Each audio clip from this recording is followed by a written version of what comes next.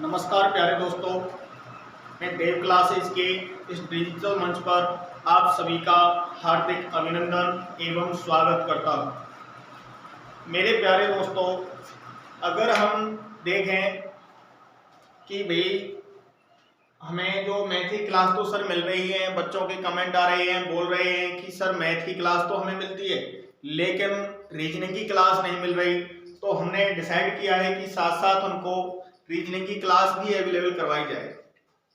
तो प्यारे दोस्तों, रीजनिंग की शुरुआत हम एक बेहद सरल, लोगों को देखने में कठिन है लेकिन वास्तविकता यह है कि वो बहुत सरल है। एक टॉपिक है कैलेंडर, जिससे लोग बाग इतने डरते हैं बच्चे कि भाई ये बोलते हैं सर बहुत कठिन है, समझ में नहीं आता है। मैंने कहा प्यारे दोस्तों, जब आप देखोगे, समझोगे, पढ़ोगे तो आपको कोई प्रॉब्लम ऐसी छोड़ेंगे ही नहीं। तो देखिए मेरे प्यारे दोस्तों, चर्चा करते हैं हम एक रीजनिंग के बेहद ही सरल अर्थात कैलेंडर की। देखिए कैलेंडर टॉपिक के अंतर्गत क्या चीज आएगी, क्या नहीं आनी है, क्या चीज हमें पढ़नी है, वो सारी चीजें मैं आपके सामने लेकर आ रहा हूं। देखिए भाई, कैलेंडर जो टॉपिक है तो आप सब जानते हैं कैलेंडर के अंतर्गत क्या क्या चीजें हमें मिलती हैं। तो मेरे प्यारे दोस्तों, कैलेंडर की अगर बात करें तो भैया इस कैलेंडर के अंतर्गत जो सबसे छोटी जो इकाई होती है वो होती है दिन। दिन के बाद आपके दिनों से मिलके भैया माहों का निर्माण होगा अर्थात महीनों का निर्माण होगा। महीने प्लस वर्ष, मतलब एक तरीके से अगर देखा जाए तो एक कैलेंडर के अंतर्गत दिन, महीने और वर्ष, ये तीन चीजें आपको देखने के लिए मिलेंगी। आप सब जानते हैं दिनों से मिलके सप्ताह बनते हैं, सप्ताहों से मिलके आपके पखवाड़ा बनता है, पखवाड़े से आपके महीने बनते हैं, महीने से आपके वर्ष बनेंगे और वर्ष से भैया इन टोटल तीनों को पारस्परिक संबंध बोल सकते हैं चाहे तो। तीनों से मिलकर ही कैलेंडर का निर्माण होता है। कैलेंडर की अगर बात करें तो विश्व के अंतर्गत विश्व में लगभग कितने प्रकार के कैलेंडर, 32 प्रकार के कैलेंडर प्रचलन में हैं। लगभग कितने प्रकार के, 32 प्रकार के कैलेंडर प्रचलन में हैं, जिनमें सबसे अहमियत रखने वाला या बोले तो विश्वव्यापी कैलेंडर एक कैलेंडर होता है जिसको हम देखते हैं अपने घरों में भी रखते हैं। एक कैलेंडर होता है जिसको बोलते हैं ग्रेगोरियन कैलेंडर, ग्रेगोरियन बोल देते हैं, बहुत सी गाइडों में ग्रेगोरियन या ग्रेगोरियन, बात एक ही है मेरे भाई, ग्रेगोरियन बोल दें या ग्रेगोरियन बोल दें। ये कैलेंडर है जो विश्वव्यापी कैलेंडर है। लगभग विश्व के सभी देशों में, सभी राष्ट्रों में इस कैलेंडर का यूज किया जाता है। अब वही इन कैलेंडरों से मिलके आप देख रहे हैं कि जो भी कैलेंडर उनमें से एक विश्वव्यापी कैलेंडर हो गया ग्रेगोरियन कैलेंडर। इसके अंतर्गत भाई जो महीने हैं, महीने जो भी हैं, उन महीनों के अंतर्गत दिनों की संख्या 28 भी हो सकती है, 29 भी हो सकती है, 30 भी हो सकती है और 31 दिन, मतलब इतने दिन के महीने हो सकते हैं आपके। कितने कितने दिन के, कोई महीना आपका 28 का भी होगा, कोई 29 का भी होगा, कोई 30 का भी होगा और कुछ 31 के भी होंगे। तो महीनों की स्थिति तो ये आनी है, इतने दिनों से मिलकर इसके महीने का निर्माण होगा। अब भाई मैं आपसे एक छोटी सी चर्चा करता हूं कि यहाँ पे चलो हमने मान लिया ग्रेगोरियन कैलेंडर है, सर ये ग्रेगोरियन कैलेंडर नाम कैसे पड़ा। तो इसके लिए अगर हम देखा जाए तो रोम के, कहां के थे ये, रोम के 13वें पोप थे, 13वें पोप, क्या नाम था, जॉन ग्रेगरी। क्या नाम था भैया, जॉन ग्रेगरी। ये जॉन ग्रेगरी रोम के 13वें नंबर के पोप थे। अब दिमाग में प्रश्न चल रहा होगा पोप क्या है। वैसे इसका डिसीजन जीके वाले सर और अच्छे से कर देंगे, पर बाकी रोम है, जैसे अपने भारत में पहले रियासतें चलती थी तो रियासतों में राजा हुआ करते थे ना, उसी तरीके से रोम के अंतर्गत एक राजा की ही कैटेगरी का आदमी, बोले तो एक तरीके से प्रेसिडेंट होता था या एक तरीके से जो राजा होता था, उसकी तरह वहां पे आपके जो राजा थे उन राजाओं को एक तरीके से क्या बोलते थे, पोप बोलते थे। तो ये रोम के 13वें नंबर के पोप थे जॉन ग्रेगरी, और इन जॉन ग्रेगरी ने अपने ही नाम पे इस कैलेंडर का नाम क्या कर दिया, ग्रेगोरियन या ग्रेगोरियन कैलेंडर। अब भाई यहां से आगे बात आती है कि साहब इन्होंने क्या किया इसके लिए, तो भैया इनकी ही मेहनत का फल है कि ये विश्वव्यापी कैलेंडर है। कैसे, इन्होंने इसे वैज्ञानिक संकल्पना प्रदान करवाने के लिए अथक प्रयास किए और इनको सफलता मिली, ये कैलेंडर विश्वव्यापी हुआ। इसीलिए इस कैलेंडर का नाम सभी ने ग्रेगोरियन कैलेंडर रख दिया, ग्रेगोरियन कैलेंडर रख दिया। ठीक है साहब, इस कैलेंडर के अंतर्गत टोटल महीनों की अगर बात करें तो भैया महीने होते हैं कितने, 12 महीने, और 12 महीनों से मिलके एक वर्ष हो जाएगी। दिनों की संख्या बात करें तो भैया दिन इस कैलेंडर के अंतर्गत 365 भी हो सकते हैं और 366 भी हो सकते हैं, दोनों स्थिति है। क्योंकि आप सब जानते हैं भाई कि आपने पढ़ा होगा ज्योग्राफी के अंतर्गत, आपने पढ़ा होगा और उसके अंतर्गत आपने देखा है कि भैया पृथ्वी है वो सूर्य के चक्कर 365 सही 1/4 दिन में, कितने दिन में, 365 सही 1/4 दिन में पूरा करती है। अब इन्होंने क्या किया कि भैया किसी वर्ष में तो ये 365 उठा के और 365 दिन ले लिए, 365 दिनों से मिलके ही किसका निर्माण कर दिया, एक वर्ष का निर्माण कर दिया। फिर साहब बच गया 1/4 वर्ष या 1/4 दिन, ये स्थिति में आएगी आपकी, 1/4 दिन बच गया। अब 1/4 दिन पहले वर्ष में से बच गया, पहली वर्ष का निर्माण हो गया। दूसरे वर्ष में फिर से 1/4 बचा, तो ये दूसरे वर्ष का 1/4 हमने लिख दिया, दूसरे वर्ष का निर्माण हो गया। दूसरी वर्ष भी कितने दिन की हो गई, 365 दिन की। फिर जब तीसरे वर्ष में आए तो वहां से भी 1/4 उठाया और तीसरी वर्ष भी किसकी बना दी, 365 दिनों की। फिर भैया चौथे वर्ष में जैसे ही 365 से ये वर्ष बनेगी और इधर 1/4 और जुड़ेगा इसमें, क्यों 365 से तो वर्ष बनती गई है, लेकिन 365 तो बचे और 1/4 जैसे ही इसमें जुड़ा तो आप देखेंगे यहाँ से एलसीएम 4 होगा, 4 में 4 को भाग देंगे, एक बार जाएगा और 1 गुना 1 से करेंगे तो 1 आएगा। इस तरीके से आपने देखा 1 1 1 4/4 अर्थात एक दिन का निर्माण हो गया सर। एक दिन का निर्माण हुआ तो भैया 365 दिन तो पहले ही थे, प्लस एक दिन और बढ़ा दिया तो यहाँ दिनों की संख्या कितनी हो गई, 366 दिन।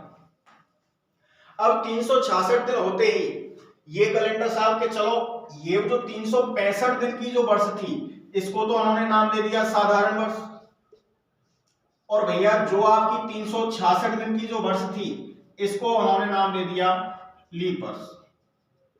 ठीक है, तो लीप वर्ष और साधारण वर्ष की कहानी तो थोड़ी सी बाद में आएगी। इसके बाद से पहले ही क्या और स्थिति क्या बन सकती है, इस कैलेंडर का प्रथम दिन क्या है, तो वो आप एक बार देख लीजिए। इनका चर्चा तो वहां पे कर लेंगे हम बेसिक से। अब देखिए साहब यहां से आगे अगर हम चलें तो ग्रेगोरियन कैलेंडर हो गया। इस भैया इस कैलेंडर की सबसे छोटी इकाई, कैलेंडर की अगर देखें सबसे छोटी जो इकाई है, सबसे छोटी इकाई है वो क्या होगी मेरे भाई, दिन होगी।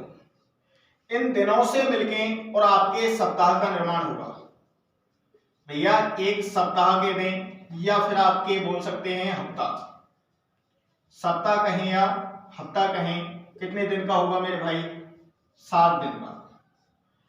फिर बात आती है पाक्षिक या बोले तो पखवाड़ा, पखवाड़ा बोल सकते हैं या पाक्षिक बोल सकते हैं।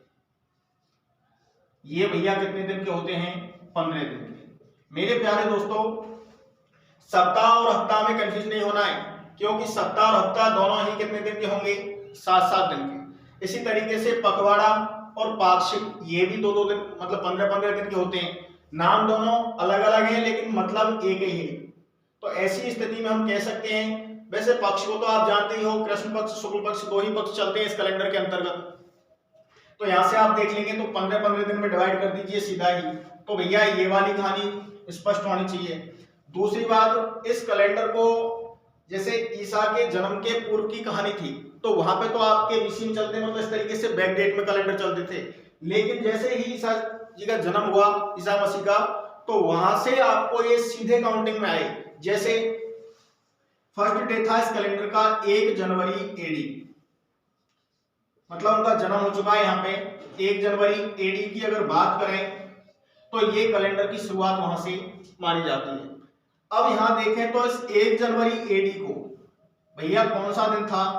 सोमवार। अर्थात आपसे पूछ ले कि ग्रेगोरियन कैलेंडर का प्रथम दिन कौन सा था, तो भैया क्या होगा? सोमवार होगा, क्योंकि 1 जनवरी एडी को ये कैलेंडर प्रचलन में आया, तभी इसका प्रथम दिन कौन सा था? सोमवार था। तो आपसे ये भी कई बार प्रश्नों में, कई गाड़ों में भ्रमित करने वाले क्वेश्चन मिलते हैं कि भैया किसी भी सप्ताह का प्रथम दिन कौन सा होता है। अब प्यारे दोस्तों, सप्ताह का प्रथम दिन जब मेरे भाई कैलेंडर का ही प्रथम दिन सोमवार है, तो 1 तारीख से लेकर 7 तक जो सप्ताह का निर्माण हुआ होगा उसमें प्रथम दिन कौन सा होगा? आप ही बताओ। सोमवार ही होगा ना। तो ऐसी स्थिति में मेरे भाई चाहे सप्ताह का प्रथम दिन पूछे या भैया कैलेंडर में 1 जनवरी एडी का बार पूछे, दोनों ही का आंसर क्या होना है? सोमवार होना है। अर्थात यहां से एक भी चीज स्पष्ट हो गई कि सप्ताह का प्रथम दिन कौन सा होता है, तो कौन सा होगा मेरे भाई? सोमवार ही होगा। अब बात कर लें कि भाई चलो ठीक है, दिनों की संख्या हमारी बात समझ में आई। अब यहां से आपको एक छोटी सी चीज और आती है, ये देखो बेसिक इंट्रोडक्शन था, यहां से प्रश्न थोड़े से कम पूछे जाते हैं, लेकिन फिर भी हमें जानकारी होना बेहद जरूरी होता है। अब बात कर लें सप्ताह की। भैया सप्ताह क्या होता है, तो आप सब जानते हैं कि भैया 7 दिनों से मिलकर सप्ताह का निर्माण होता है। 7 दिनों से मिलकर सप्ताह का निर्माण होता है। और कोई भी भैया अगर सप्ताह है आपका, तो सप्ताह का प्रथम दिन भी आपको पता चल गया होगा। सप्ताह का प्रथम दिन सोमवार होता है। सप्ताह का प्रथम दिन सोमवार होता है। ये भी चीज क्लियर हुई।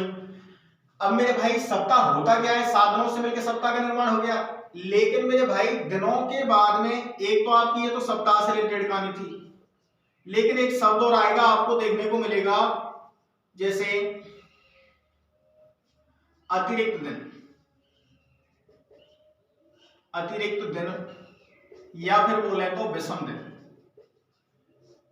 अब भैया अतिरिक्त दिन और विषम दिन क्या होते हैं?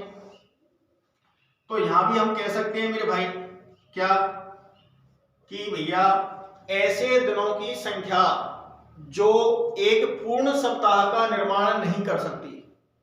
ऐसे दिनों की संख्या जो एक पूर्ण सप्ताह का निर्माण नहीं करती, अर्थात जैसे हम बोल सकते हैं कि भैया प्रत्येक दिन जो एक पूरे सप्ताह को निर्माण नहीं कर सके, जैसे कि भैया 7 दिन से कम दिनों की संख्या यदि है तो वे सबके सब किसमें आएंगे? अतिरिक्त दिन या विषम दिन में। जैसे मैं लैंग्वेज में लिखूं इसको, ऐसे दिनों की संख्या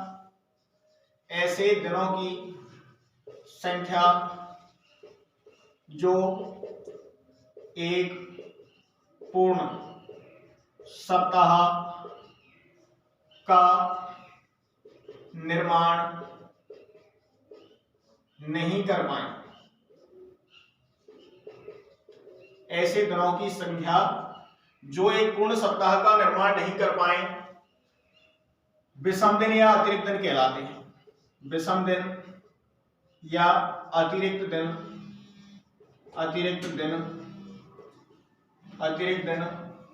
कहलाते हैं। विषम दिन या अतिरिक्त दिन कहलाते हैं।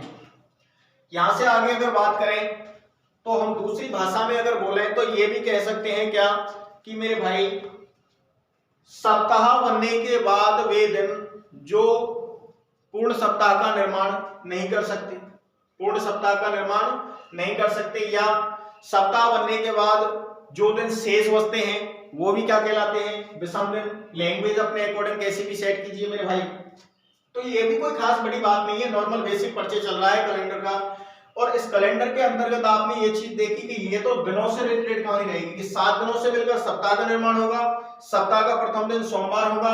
अतिरिक्त दिन या विषम दिन की अगर बात करें तो ऐसे दिनों की संख्या जो एक पूर्ण सप्ताह का निर्माण नहीं कर सके वो क्या कहलाती है? विषम दिनों की संख्या। जैसे मैंने आपके लिए दिनों की संख्या दी मेरे दोस्तों 15 में भैया विषम दिन कितने हैं? तो आप सीधे से ये देख लीजिए मेरे भाई 7 का भाग दे दो, क्योंकि 7 दिन से मिलके तो सप्ताह का निर्माण होगा। अब भैया 7 का भाग देंगे तो शेष कितना बचेगा? 7 दूनी 14, 2 बार गया, 2 सप्ते बन गए, लेकिन शेष बच गया एक। तो ये एक ही क्या है, अतिरिक्त दिन या विषम दिन, अतिरिक्त दिन या फिर भैया बोले तो विषम दिन, यही है विषम दिन। जैसे मैंने आपके लिए कहा कि भैया 20 दिन में अतिरिक्त दिनों की संख्या कितनी है या एक्स्ट्रा दिनों की संख्या कितनी है, तो आप कहेंगे साहब 7 को भाग दे दो, 7 दूनी 14, बच गए भैया 6। अब 6 दिन बचे मेरे भाई, तो 6 दिन बच गए। इधर देखें, अगर आप गलती से 21 दिन लेते हो तो भैया 7 को भाग देंगे तो विषम दिनों की संख्या कितनी आएगी, 0 दिन, क्योंकि शेष ही नहीं बचाएगी। तो अब यहां से एक निष्कर्ष निकल के आया क्या कि विषम दिनों की संख्या, क्या विषम दिनों की संख्या न्यूनतम तो कितनी हो सकती है, 0 दिन, और अधिकतम कितने दिन हो सकती है, तो अधिकतम मेरे प्यारे दोस्तों 6 दिन हो सकती है। क्योंकि 6 से ज्यादा अगर एक भी दिन इसमें जोड़ा तो ये 7 दिन हुए, और 7 दिन हुए तो एक पूर्ण सप्ताह का निर्माण हो जाएगा, तो यहाँ पे फिर विषम दिन नहीं बचेंगे। तो अर्थात यहां से एक चीज निकल गई क्या कि भैया विषम दिनों की संख्या या अतिरिक्त दिनों की संख्या अधिकतम कितनी हो सकती है, 6 हो सकती है। न्यूनतम कितनी हो सकती है, तो न्यूनतम की अगर बात करें तो 0 दिन हो सकती है। तो ऐसी स्थिति में विषम दिनों में आपको सब सारी चीजें क्लियर हो गई होंगी, क्या होगा विषम दिन, देख लो एक बार, स्क्रीनशॉट ले लो जो भी है। अब देखो आगे चर्चा करते हैं, ये दिनों से रिलेटेड कहानी थी। अब दिनों के बाद में हम चलते हैं महीनों की ओर। भैया महीनों के अंतर्गत क्या स्थिति आएगी, तो भैया महीनों के अंतर्गत अगर हम देखें तो देखिए, महीनों में अगर हम देखें तो महीनों के अंतर्गत भैया हम इनको 3 कैटेगरी में डिवाइड कर देते हैं। कितनी कैटेगरी में, 3 कैटेगरी में। कौन कौन से महीने, तो आपसे फर्स्ट में बोल दिया मैंने भैया क्या कि साहब 31 दिन के महीने, 31 दिन वाले महीने। दूसरा मैंने लिख दिया 30 दिन वाले महीने, और भैया तीसरा बोल दिया मैंने, तीसरा बोल देता हूं जैसे भैया 28 या 29 दिन वाले महीने। कौन कौन से महीने होंगे, तो मेरे प्यारे दोस्तों यहां से आप देख लीजिए सीधा सा कि भाई जो ये फरवरी होती है, ये फरवरी या तो 28 की होगी या 29 की, तो ये तो एकमात्र ऐसा महीना है कौन सा, फरवरी वाला, जो या तो भैया 28 की होगी या कितने की होगी, 29 की होगी। बाकी इधर देखें तो ये 30 दिन के कौन से होते हैं और 31 दिन के कौन से होते हैं, इनका डिसाइड कैसे करें, तो इसके लिए सबसे बेहतर तरीका है मेरे प्यारे दोस्तों, आप चाहो तो ये चीज अपने साथ फॉलो कर सकते हो, क्योंकि एग्जाम में कोई कैलेंडर मोबाइल तो जाता नहीं है जो आप वहां पे देख सकते हो कौन सा महीना कितने दिन का है, लेकिन अपना हाथ सो अपने साथ रहता है ना। तो मेरे प्यारे दोस्तों यहाँ से इस तरीके से मुट्ठी बंद कीजिए और देखिए भैया जो भी ऊपर आएगा, इन पे ऊपर आएगा वो तो 31 दिन का, और जो नीचे जाएगा वो 30 दिन का। बाकी फरवरी का विशेषकर ध्यान रखना, फरवरी इस काउंटिंग से बाहर होनी चाहिए। कैसे, मतलब फरवरी आएगी तो हद, लेकिन ये नहीं कि इसको कहीं छोड़ दें या गिनेंगे फरवरी को, गिनना तो है, लेकिन फरवरी 28 या 29 में रहेगी, वो 30 और 31 में नहीं आनी है। ठीक है, तो बात करते हैं शुरुआत कहां से, जनवरी से। भैया जनवरी कितने दिन की होगी, 31 दिन की। फरवरी को छोड़ दीजिए, फरवरी यहाँ आती, फिर फरवरी के बाद क्या आएगा, मार्च ऊपर आया तो 31 का, अप्रैल नीचे गया तो 30 का, मई ऊपर आई 31, जून नीचे गई 30, जुलाई 31, फिर भैया यहां से दोबारा पुनः इधर ही आना है, जुलाई के बाद चलेंगे तो अगस्त ऊपर ही आएंगे, ध्यान रखना। अब जुलाई और अगस्त एकमात्र ऐसे महीने हैं जो क्रमागत हैं और 31 दिन के हैं, इनके अलावा और कोई महीना भी ऐसा नहीं है जो क्रमागत और लगातार 31 दिन का हो। तो जुलाई पे यहां आगे पहुंचे, जुलाई के बाद चलो भाई अगस्त नीचे गया, सॉरी अगस्त, जुलाई तो यहां वही, अगस्त सितंबर, सितंबर नीचे गया तो 30 का होगा, सितंबर के बाद में अक्टूबर ऊपर आएगा, नवंबर फिर से नीचे जाएगा, दिसंबर फिर से ऊपर आएगा। तो इस तरीके से आप एक एक को, जैसे देखो ऊपर स्पष्ट किया हमने, शुरुआत कहां से, जनवरी से, तो मैं 31 दिन वाले महीने लिख देता हूं उधर, जनवरी अर्थात 31 दिन। जैसे देखो यहां पे से मैं लिख देता हूं आपको 7 महीने ऐसे हैं जो कितने दिन के हैं, 31 दिन के, 4 महीने कैसे हैं जो आपके 30 दिन के हैं, और मेरे भाई एक महीना कैसा है जो 28 या 29 का है। तो नंबर 1 बात कर लेते हैं हम जनवरी। क्योंकि भैया कहानी कहां से शुरू करी हमने, जनवरी से। जनवरी के बाद अगर दोस्तों देखें तो फरवरी उधर गई, छोड़ दीजिए। फिर आई मार्च ऊपर आया, तो मैं नंबर सेकंड पे लिख देता हूं यहां से मार्च के बाद मेरे प्यारे दोस्तों नीचे जाएंगे तो अप्रैल भैया नीचे गई तो 30 में गई। अप्रैल के बाद में मई ऊपर आ गई, तो थर्ड नंबर पे मैंने लिख दिया मई के बाद जून नीचे जाएगी, फिर भैया आपकी क्या आएगी, जुलाई, और जुलाई के बाद फिर पुनः यहां से और यहां आओगे तो अगस्त। मेरे प्यारे दोस्तों तो यहाँ 5 नंबर पे कौन आएगा, अगस्त के बाद सितंबर नीचे जाएगा, नीचे गया छोड़ो। फिर सितंबर के बाद में आएगा अक्टूबर लिखो। अक्टूबर के बाद नवंबर नीचे जाएगा, फिर भैया कौन आएगा ऊपर, दिसंबर। तो भैया ऊपर क्या लिख दीजिए, दिसंबर। ये इस तरीके से मैंने आपको 31 दिन वाले महीने लिखे हैं। इसके बाद में 30 दिन वाले कौन से थे, तो भैया देखो अप्रैल फर्स्ट में आई थी, देखिए इस तरीके से लिख देते हैं, जनवरी, फरवरी, मार्च, अप्रैल नीचे गई थी इसलिए मैंने 30 में लिखी। अप्रैल के बाद मई आती, फिर आती जून, तो जून भी नीचे गई, तो सेकंड नंबर पे कौन आएगा, जून। फिर जून के बाद जुलाई इधर गई, अगस्त इधर आ गया, फिर आ गया सितंबर नीचे जाएगा, तो थर्ड नंबर पे सितंबर। फिर अक्टूबर ऊपर आएगा और नवंबर नीचे जाएगा, तो 4 नंबर पे नवंबर।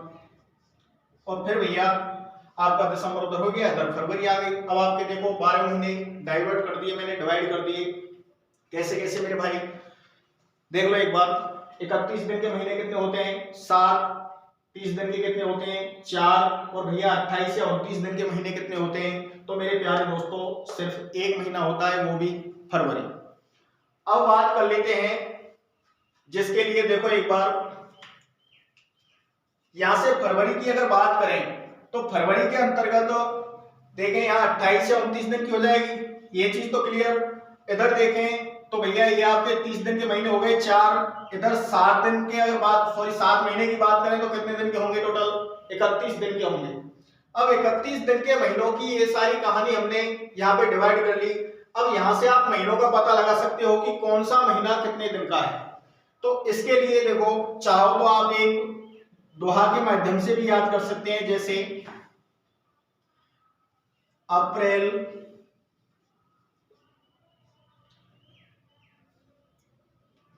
सितंबर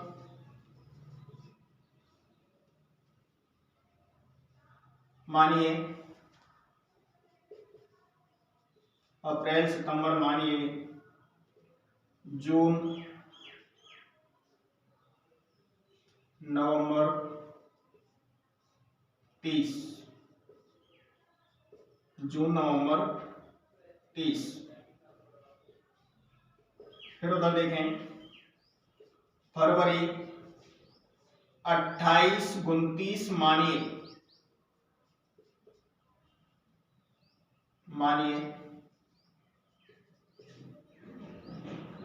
फरवरी 28, 29 जानिए, सकते हो चाहो तो जानिए, बाकी सब 31,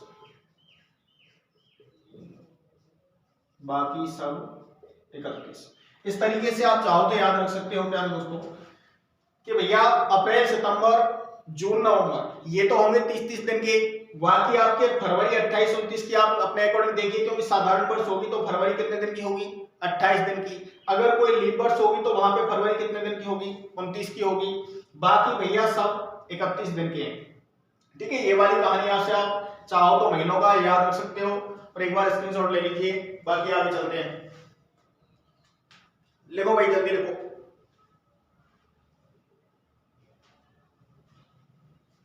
चलिए भाई, चलिए साहब अब बात कर लेते हैं वर्ष के बारे में, थोड़ी सी वर्ष की भी चर्चा कर लेते हैं। देखिए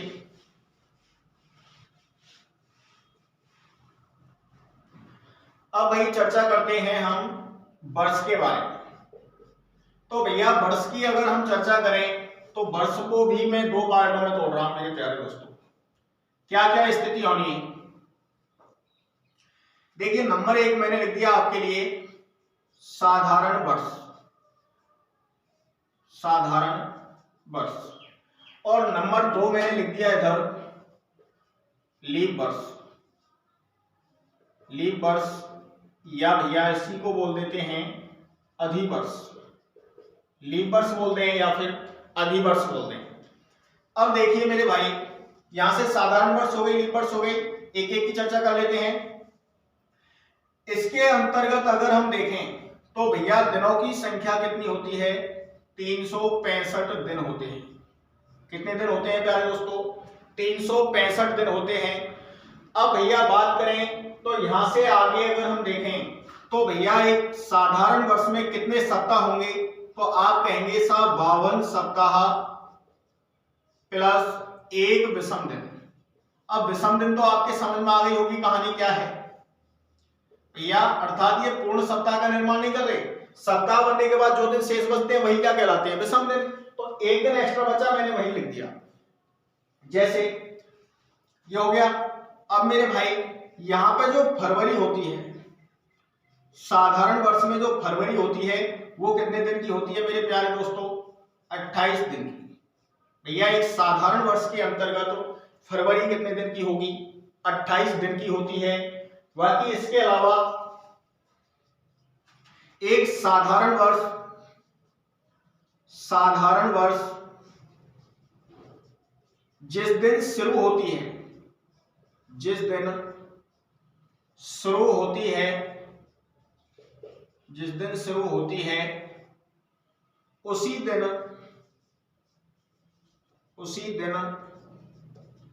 समाप्त होती है। मेरे प्यारे दोस्तों, ये लाइन आपको याद रखनी है कि भैया साधारण वर्ष जिस दिन शुरू होती है उसी दिन समाप्त होती है। जैसे एग्जाम्पल के लिए अगर हम लें तो भैया मैं आपसे कह सकता हूं क्या, यदि 1 जनवरी 2015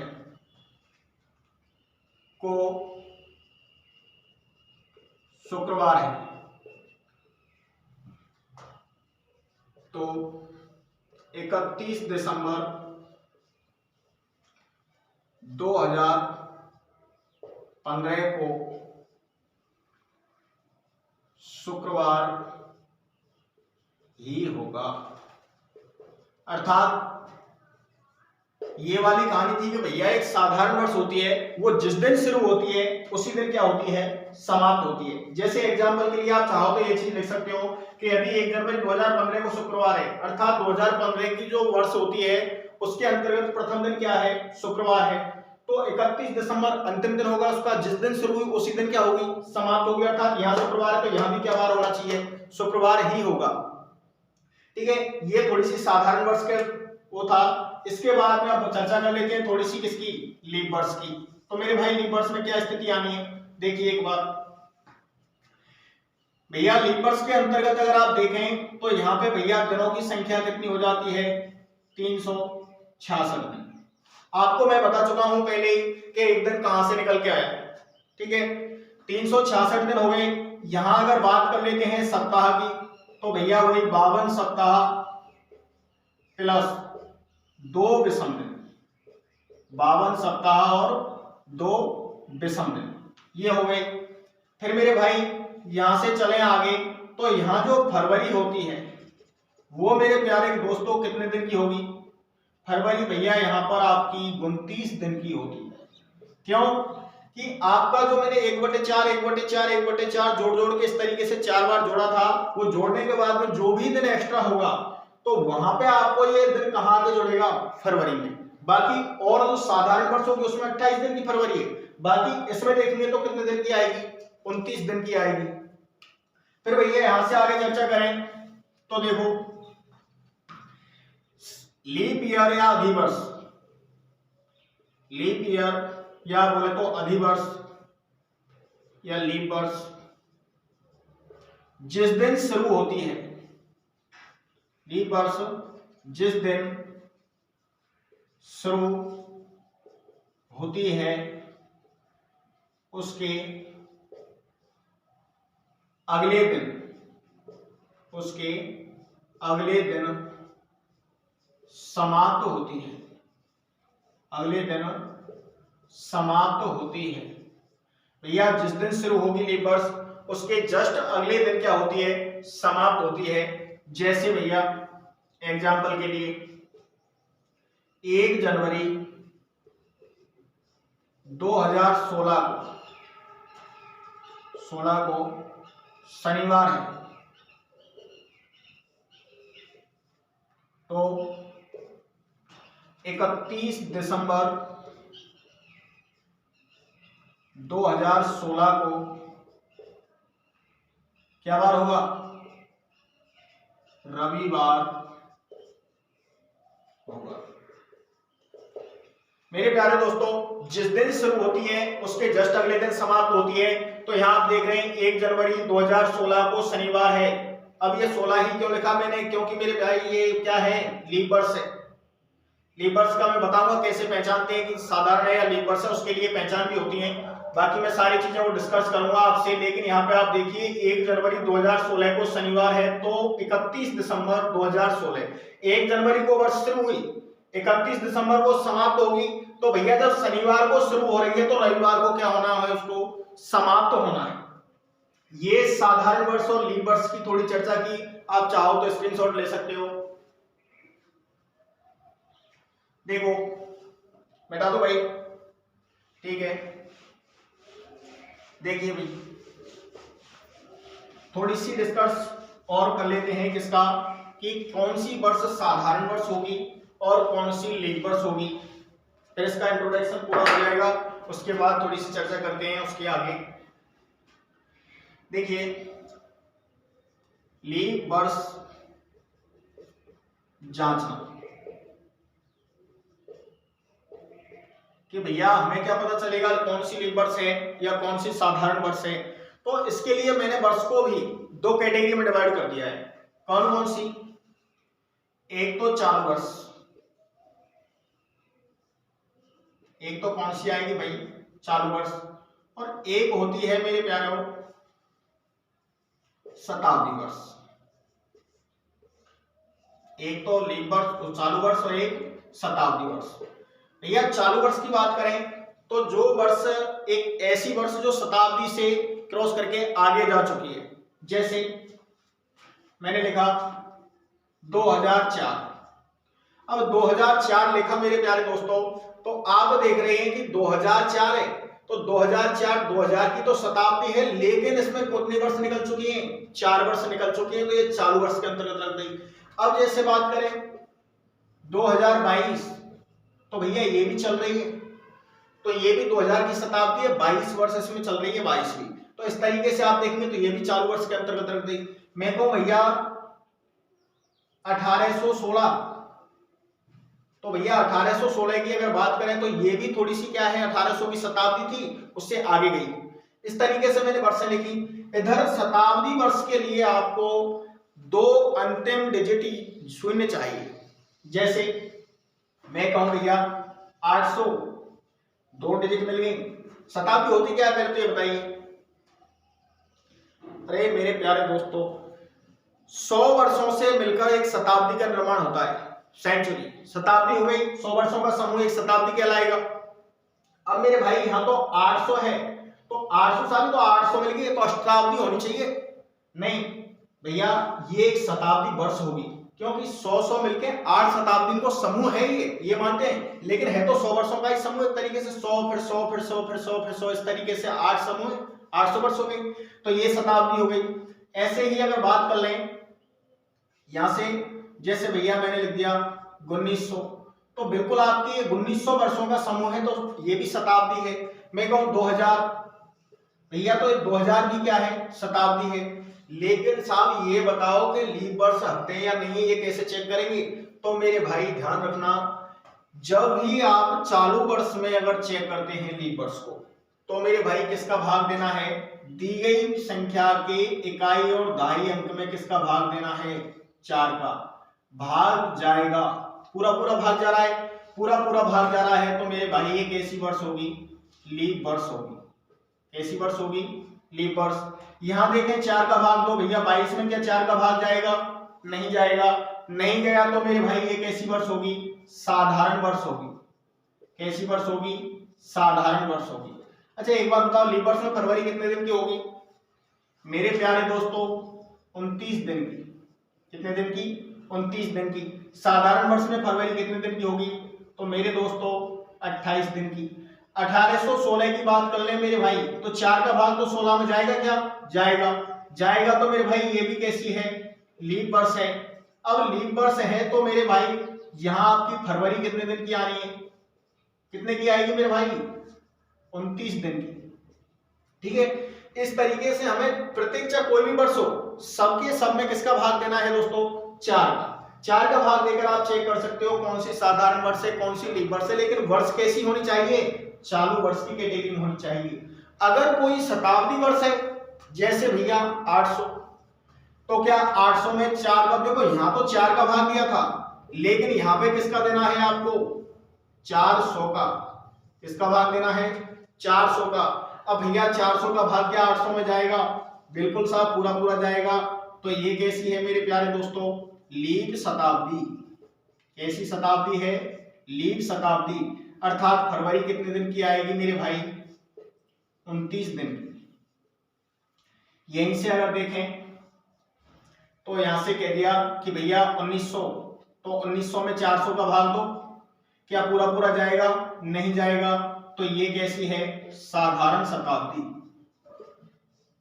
साधारण शताब्दी। साधारण शताब्दी है तो भैया फरवरी कितने दिन की होगी? 28 दिन की। इसी तरीके से 2000 में 400 का भाग दो, जाएगा पूरा पूरा? बिल्कुल जाएगा साहब। तो ये कैसी हो गई? लीप शताब्दी। लीप शताब्दी हुई तो मेरे प्यारे दोस्तों यहाँ पे आपकी जो फरवरी है वो कितने दिन की आएगी? फरवरी है आपकी, वो आएगी साहब 29 दिन की। इस तरीके से आप साधारण वर्ष और लीप वर्ष को चेक कर सकते हैं। इसके बाद में देखो थोड़ा सा मैं आपको एक क्वेश्चन लिख देता हूं छोटा सा, उसका आप डिसीजन देना। ठीक है भाई, स्क्रीनशॉट ले लो चाहो तो। देखो उधर एक छोटा सा एग्जांपल, लास्ट है, एग्जांपल लिख दिया मैंने। निम्न में से कौन सी लीप वर्ष नहीं है? A option, B option, C option, D option. आपके लिए लिख दिया मैंने भैया